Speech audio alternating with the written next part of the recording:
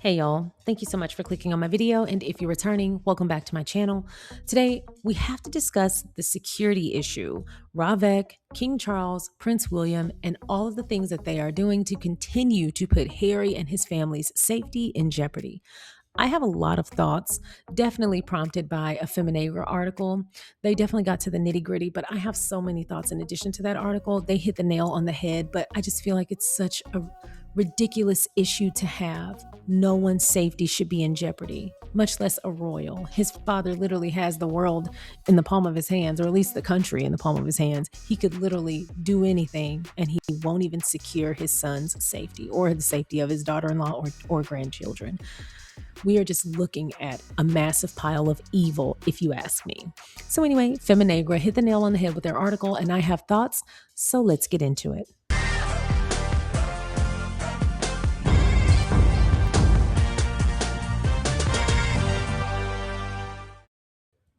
This article is in Feminegra, written by Miss Historian, titled "Prince Harry is the target of 6 terror plots, and Britain still won't give him proper security." The security report is damning. Prince Harry is the focus of 6 terrorist plots, 5 of which originated in the UK. An Al-Qaeda document specifically called for his assassination. Nearly 500 potential stalkers are being tracked by the Metropolitan Police, half of whom have demonstrated a threat against Prince Harry, Meghan Sussex, and their 2 young children, Prince Archie and Princess Lilibet Diana.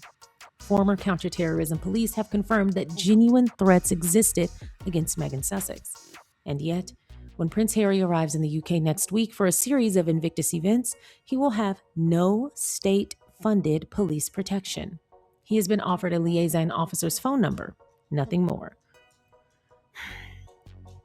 Quote, "Prince Harry is the focus of 6 terrorist plots, 5 of which originated in the UK, according to a highly sensitive security report seen by ITV News.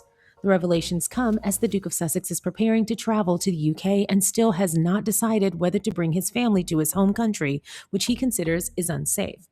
The report, commissioned by Prince Harry's own private security firm, details dozens of threats and potential attacks facing the Duke and Duchess of Sussex and includes an Al-Qaeda document which called for his assassination. The document was submitted by the UK Security Committee tasked with deciding whether Prince Harry should get state-funded protection when he travels in the country. A copy of the report, which has been obtained by ITV News, found that there are at least 6 plots against the Duke from jihadist and right-wing threat actors that have targeted other high-profile Britons. The threat of vulnerability risk assessment, marked confidential, reports that the UK's Metropolitan are aware of nearly 500 potential stalkers targeting the royal family, of which half have demonstrated a threat against Prince Harry, Meghan, and their 2 children, Prince Archie and Princess Lilibet. Despite Prince Harry and his children being 5th, 6th, and 7th in line to the throne, he had his automatic royal protection removed in 2020. The revelations come as the Duke of Sussex is preparing to travel to the UK and still has not decided whether to bring his family. Prince Harry's security company does provide personnel to accompany him when he travels overseas, but their report acknowledges that the protection team cannot carry guns on UK soil and concludes that UK authorities are much better positioned to provide him with more comprehensive protection. Without being able to carry lethal weapons, it concludes Prince Harry's private protection officers are prevented from adequately responding to an armed attack from a terrorist, criminal, or mentally unstable actor. Only UK police, with authorization from RAVEC, can carry lethal weapons while protecting the Duke. Its assessment is that the only way to mitigate residual risks to the Duke is to provide him with state-backed security. Prince Harry's security situation becomes more disturbing the longer it goes on. This is not about accommodation. It has never been about whether he can sleep in a royal residence or stay at Althorpe. Security does not follow a building. It follows the person at risk. And because Prince Harry is clearly a person at risk, his presence in the UK could potentially endanger the public as well. This is a man who served 2 combat tours in Afghanistan. He was publicly identified as having killed Taliban fighters during war, something the British press had already reported long before Spare. He has been targeted by extremists. His wife has faced far-right threats. Their son was targeted in a neo-Nazi podcast. Former counterterrorism police have confirmed that genuine threats existed against Meghan. It is shameful that this security limbo continues while King Charles has the influence and moral authority to press for a proper current assessment of the risks facing his son's family. Queen Elizabeth managed to provide security when needed. Charles could do the same. His cruelty towards his first wife is well documented, and he now appears to be extending that same cruelty toward their son. Prince William's office also cannot be treated as irrelevant to the process. The ITV report noted that 3 members of the RAVEC committee come from Charles and William's offices. That means William's staff are actively part of the process that denies Prince Harry protection. His silence is not neutrality, it is participation. The issue is not whether Prince Harry is liked. The issue is whether a high-profile British prince, his biracial wife, and their 2 young children should have a proper current risk assessment before entering the UK. That should not be controversial. It is a basic public safety issue. What makes it worse is the reported delay around the risk management board review. If RAVEC itself determined that an independent assessment was necessary, then why has it still not happened? Why is Prince Harry being told to give notice, negotiate every visit, and hope the system decides he is worth protecting each time? And people are allowed to compare this to Diana, not because the circumstances are identical, but because the emotional pattern feels familiar. A royal who surpasses the institution itself, then leaves the system entirely, inevitably finds their safety becoming conditional. The palace and the British government may want to pretend this is about procedure, but the optics are awful. Other high-profile people receive protection when credible threats exist. Other countries manage to host Harry and Meghan without turning basic security into a national psychodrama. Yet in Britain, the country Harry served, his family's safety is treated like a privilege he must beg for. That is why the public trust is collapsing. Harry is asking for a credible security process. He is asking for his wife and children to be able to visit the UK without their safety becoming another weapon in the royal briefing war. And if the establishment cannot provide that, then it should stop pretending this is about duty, family, or national respect. Because when a country cannot protect its own prince from known threats, especially one who served in its military, the embarrassment is not Harry's. It belongs to Britain. And I want to extend on that and y'all's bald-headed ass king and... Thank you so much for watching the SharionSade YouTube channel. I appreciate you watching my content. If you haven't already, please don't forget to go ahead and like this video by hitting the thumbs up. Please don't forget to subscribe by hitting the subscribe button. And don't forget to comment along the way. If you feel so inclined, please don't forget to share so that more people can find us. Once again, thank you so much for watching. Now let's get back to the video. One of the things about discussing this matter, because it is ongoing and it's gone on far too long because it never should have been an issue to begin with, but one of the things that I keep feeling every time this topic comes up is this feeling of screaming into a void. Do y'all feel that way? I just feel like myself, I feel like Miss Historian, Feminegra, you all, the comments. I feel like every time we discuss this, it just feels like we are screaming into a void because it's all so damn silly, but with lethal and deadly and potentially fatal consequences. It's not silly, haha, but just like, as Vera said on Harlem Nights, I just can't stand a bunch of silly shit. That is how I feel when we talk about this security thing. Because at the end of the day, every time we list out the reasons that Prince Harry should have security, every time we list out the reasons he should have never lost security, my mind just keeps going to, he shouldn't need any of those reasons to justify having security, getting it back, etc., because he should have never lost it to begin with, because his name is Prince Harry. He was the grandson of Queen Elizabeth II. He is the son of King Charles. There is nothing about that man that says normal. There is nothing about that way that man was raised that says normal. Y'all put a target on his little bitty back from the moment you brought him out of the hospital and required Princess Diana to show him to the world. You forced that woman to show her baby to the world. From that day forward, he was never going to be safe, not on our terms. Because people are people and people are crazy and people have strong feelings and people are mentally unwell and people feel how they feel about the royal family, the establishment, the firm, government, whatever. There's so many things that he was born into that he has zero control over, yet you're asking him to risk paying the potential worst price for sins that don't belong to him, the ultimate price. You are risking his life. Not only that, and that's bad enough. We could stop the conversation there. That is bad enough, but you're risking the life of his wife, who has nothing to do with y'all's bullshit.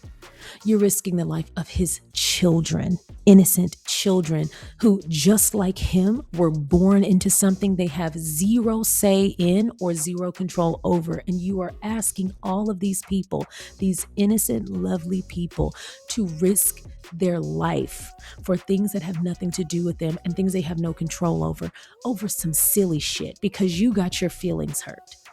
Because you don't like the way he operated, because he refused to allow you and your son and your wife and your son's wife to abuse him and his wife. Because he simply said, could you stop abusing me? Not even because he stepped back, because let's be very clear. They had a lot of options on that table, and Prince Harry was more than willing to compromise. Meghan was more than willing to compromise. As a matter of fact, it was Harry's choice to leave, not Meghan's. She was down for the long haul, to the best of her ability, willing to risk it all because she wanted to do what was best for everyone. And the same people she was willing to risk it all for, to do what was best for everyone, was wanting her dead. And every day they play with her safety, her kids' safety, and her husband's safety. They're reminding us that they still feel that way. They want them in harm's way, because if they didn't, as the father of this man, as the grandfather of the children, and as the father-in-law of the woman, Charles has every right to go in there and flip tables and say, I'm not playing your little games. Give my son his security. But see, the reason he can't do that, and what I always want to come back to, because he loves marketing himself based on this, oh, I'm just a little grandpa, I'm a grandfather, I'm just a pup. You are the reason his security is gone to begin with. This was all you, Charles. This was all you. And William, you didn't do anything to help. You stood back and stood down. And as a bully, if there was any other time or any perfect time to flex your muscle or get real with some people or put your name on the line or put your title on the line or flex your power, it's to keep your family safe. Because from what I hear, allegedly, et cetera, everyone talks about how William is just always teetering on the edge of pissed off and anger, and he's incandescent with rage half the time. We've seen him freak out on camera. We've seen him be an asshole to his wife. We've seen him be everything people claim he is as far as a bully and a jerk and intimidating, etc. We've heard that he treats his father that way. We've heard about him getting physical with his brother. The one time where you could really put that rage and that anger and that will to intimidate to use is when someone plays with the security of your family. If there were ever a time to bully anybody, William, it would be when someone's playing with your brother's security. That would have been the time to charge into whatever room and say, don't play with me. I'll choke everybody in this room. Like, whatever you need to do. Don't play with my security. Don't play with my brother's security. Don't play with my sister-in-laws. Don't play with my nephew and my niece. Do not play with their safety. This would be a wonderful time as a brother, regardless of what personal issues you have, to say, hey, when my brother and his family are in town, they can have my security. I'll make sure they have security. And back to Charles. Charles, this would be a wonderful time to say, hey, one, you should have never stripped their security to begin with. Let's always start there. That should have never been in the conversation. That should have never been up for grabs. Even Prince Harry said, certainly they wouldn't do that. Certainly they wouldn't do that. And I've even heard people, as callous and disgusting as it is, because it should matter, I've even heard people say, oh, well, Diana's security was stripped after the divorce because she wasn't a blood-born royal. And for the life of me, I'm sitting here saying that woman's life was taken from her as a direct result of that decision. And my issue is, once you've already seen that happen, make no mistake, that was preventable. They should have done a full overhaul of how they operate after that. If it wasn't intentional, I can't imagine not doing an overhaul. But the point I'm making now is, now that argument is, even though that argument still fell flat when you're speaking about Diana, but now that argument is even less relevant because you are talking about a bloodborne royal. You are talking about someone who is very high up in the line of succession. What is your excuse now? At the end of the day, someone's protocol, someone's policy, someone's, oh, traditionally, this is what we've done, someone's arrangements, and all this red tape, this formality and this red tape, none of that should matter when someone's life is on the line. And being that Prince Harry's security never should have been removed anyway, the fact that it's having to go through all these steps and all this compromise, and as Miss Historian said, all these negotiations and all this quote unquote begging every single time is ridiculous. And I don't even have a strong enough word, because it's ridiculous with an extreme air of danger and potential fatal risk. That's what makes it so sad, is that they're willing to allow this man to risk his life, meanwhile perpetuating this idea that King Charles only wants to see his grandchildren. Mind you, King Charles's ass was in America not too long ago, where he could have easily seen his grandchildren. I've flown from the East Coast to the West Coast within a day many a times. Many a times. That is a 24-hour trip. Get there that day, spend all day, come home in the morning. So anyway, because at the time he was staying in the East Coast is what I'm saying. So anyway, the point that I am making is, if King Charles wanted to, he would. But at the end of the day, he should have never allowed this to happen to begin with. He should have never initiated this to begin with. I don't want to absolve his responsibility in the matter. He's not simply responding to a natural choice that happened. He was at the crux of all this from the very beginning. This was his decision. And even now, he could extend his security.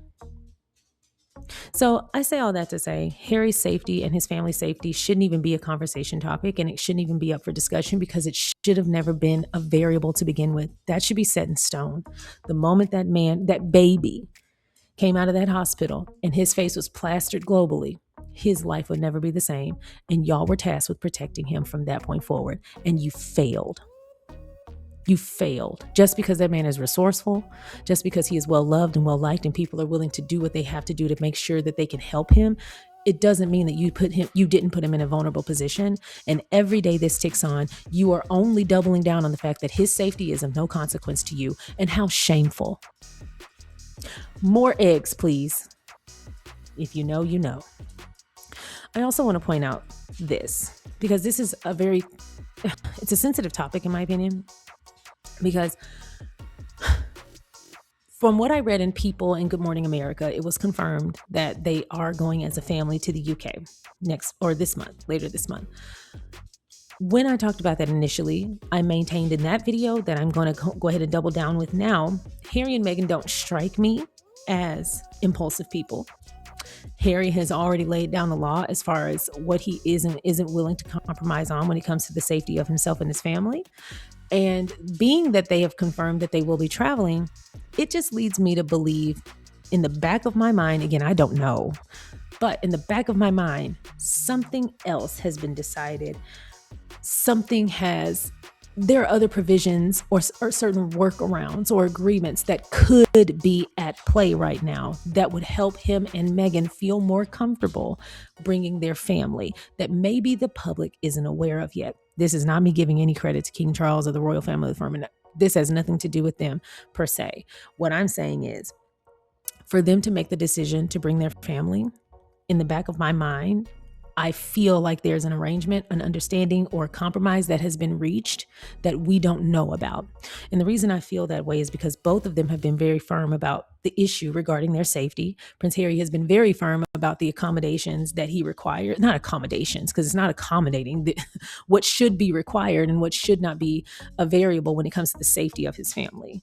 He is not budging on that. I would be willing to bet my bottom dollar that he is not budging on safety provisions. But here's the thing. In order to discuss it, it has to be public knowledge, because I don't know these people personally. You don't know them personally. And the people who are confirming this information don't know them personally. Again, they're still getting this from spokespeople, and they're only getting what they get. That means there are still so many details. There's still so much information that is withheld from the public, and for great reason. It's a safety issue the more the public knows. So the less we know, even myself, I mean them no harm. I mean them well, and I wish them all the best. Even I don't need to have access to certain things because I don't know them personally. And it benefits no one for me to know anything in advance. In the same way, it benefits no one for any of us to know anything in advance. So if there is an agreement that has been reached, That has nothing to do with RAVEC, but I mean between the family and the firm. If there is something that has been reached or workaround or compromise that have helped them to feel comfortable bringing their family in the interim while RAVEC continues deliberating over this decision, that would make a lot of sense. And I don't want to know. If they confirm that, great. But it is not necessary, because the less the public knows, the safer they are. But for them to feel comfortable traveling to the UK, especially after all this time, given everything that we know and everything that's gone on, I personally feel in the back of my mind, some kind of workaround has been agreed upon. Again, I don't know. But what I do know is I am happy that whatever is happening or whatever has happened, I'm happy that Harry and Meghan and the children feel comfortable and safe enough to actually make the UK part of their trip. And I hope whatever that understanding, workaround, compromise, agreement is, if there is one, I hope it serves them well.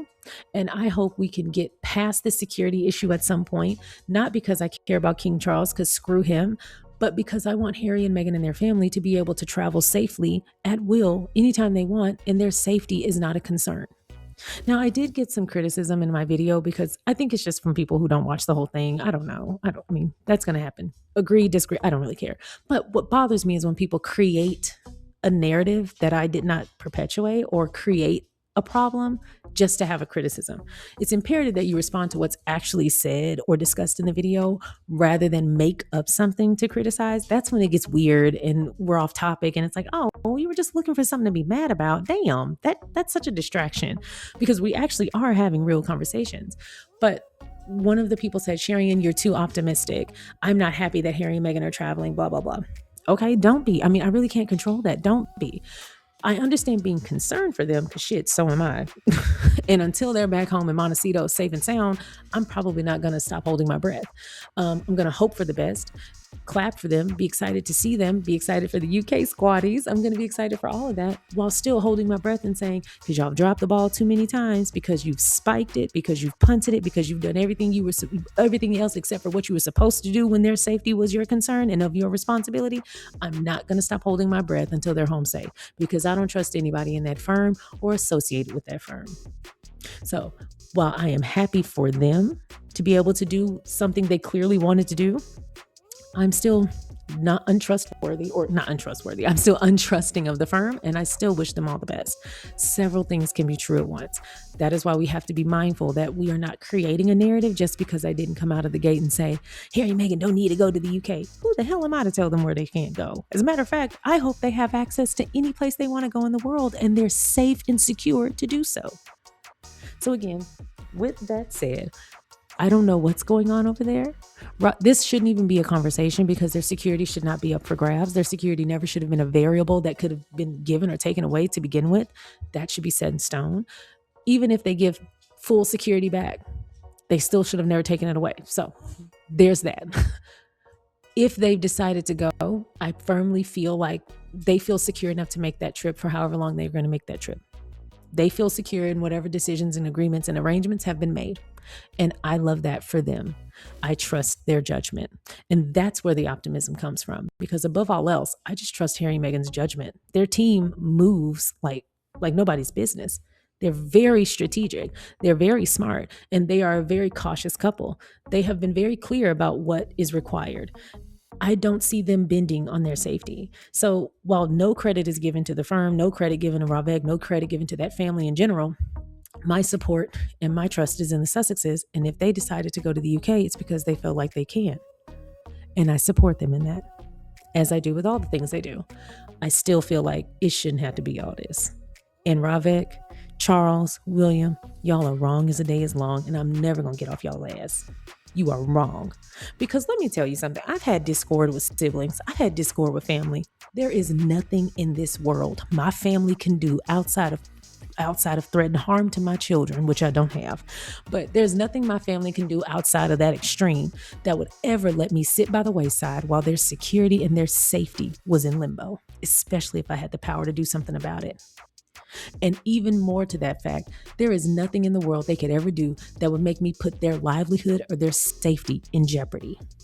I don't get Charles on that level. You are a human being. Yeah, you're a king and all that, but you are a human being. And being that you have claimed to have cancer, again, That's debatable. I understand people's feelings about that because I also understand the questions y'all have because I have the same ones. But being that you have really played up this brush with death and this new perspective the conversation around mortality has given you, you still came to the U.S. and didn't think twice about seeing your grandkids. Child. And then on top of that, the fact that that wasn't enough of a reason to immediately say, yeah, I was petty in the moment, but shit, I got new perspective. I don't even want to risk going another day without seeing my son or my grandchildren or my daughter-in-law.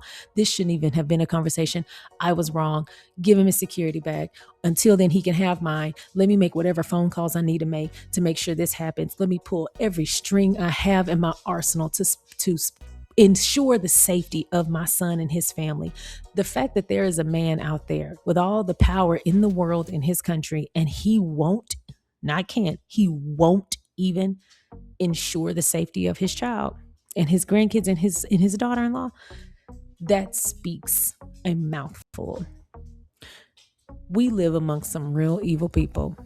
And what makes me even sadder is no one should have to deal with them. But doesn't it always seem like, maybe this is just a me thing, doesn't it always seem like the nicest and the sweetest and the most giving and thoughtful and empathic people are the ones who are tasked with dealing with the most rancid people in the world? It's almost like the universe feels like it has to balance them out. Like, let's give the worst people in the world the sweetest, most loving, most innocent family members.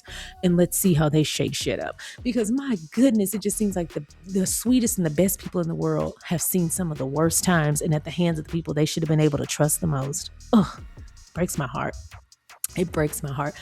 I would never put my family or my friends, or hell, just the person down the street that I don't even know. I would never put anyone's safety at risk if I could do anything about it. I don't understand Charles.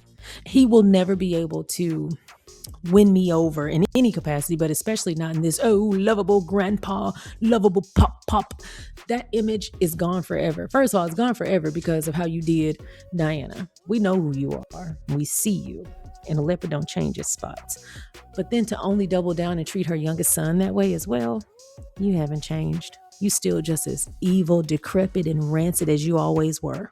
And I hope whatever it is that Harry, Meghan, and their children do in the UK that you are part of, I hope you show up as your best self to the best of your ability, child. And I hope whatever they want to get out of that, they can get. But I see you. Anyway, it will be a cold day in hell before some people change how they operate with their parents. And that is just something that happens. We don't know all things. We don't see all things. And I don't judge people for how they deal with their parents. When I've seen that people who have abusive or mistreating parents, and I've heard people call Charles all kind of names. I don't know enough about him to diagnose, and I'm also not in the power. I don't have the power to diagnose. But what I will say is whoever and whatever he is behind closed doors, to Harry, from what we have seen in the public space, he is a terrible person. From what we've read in Spare, he is a terrible person. But I always leave room for the X factor because you can never quite predict or dictate how someone handles or deals with their parent. That is just an attachment that is so complex and it can be so burdensome. But there are people who have gone to the grave still trying to keep that relationship intact, even when the parent has done everything to that child. And it is a heartbreaking cycle to watch. Hopefully they have reached new ground. Hopefully King Charles is doing the work behind closed doors in order to show up better for his son and his family. Hopefully Charles is trying to do the best. I don't have any faith in Charles, but clearly I don't know Charles personally. So I trust the Sussexes in their judgment and I wish them all the best. And I hope whatever optimism they have for that family, I hope they can live up to it. Nuance, right? Because I hate Charles's ass. But the hope is still there for the Sussex's sake. Whatever the agreement is, I hope it works out. So those are my thoughts. Let me know your thoughts in the comment section below. If you haven't already, please don't forget to like this video, hype the video. I forgot that's the thing. Yeah, go ahead and hype the video up, y'all. Feel free to share, comment, and subscribe if you haven't, and I will see y'all next time. Patreon members, y'all are getting a video today. I found an article and I had a hot rod spike up my spine. And I said, this is definitely for Patreon so that I can get colorful. So y'all will be seeing me later today. Thank y'all so much for watching. Let me know your thoughts in the comment section below and I'll see you next time. Bye.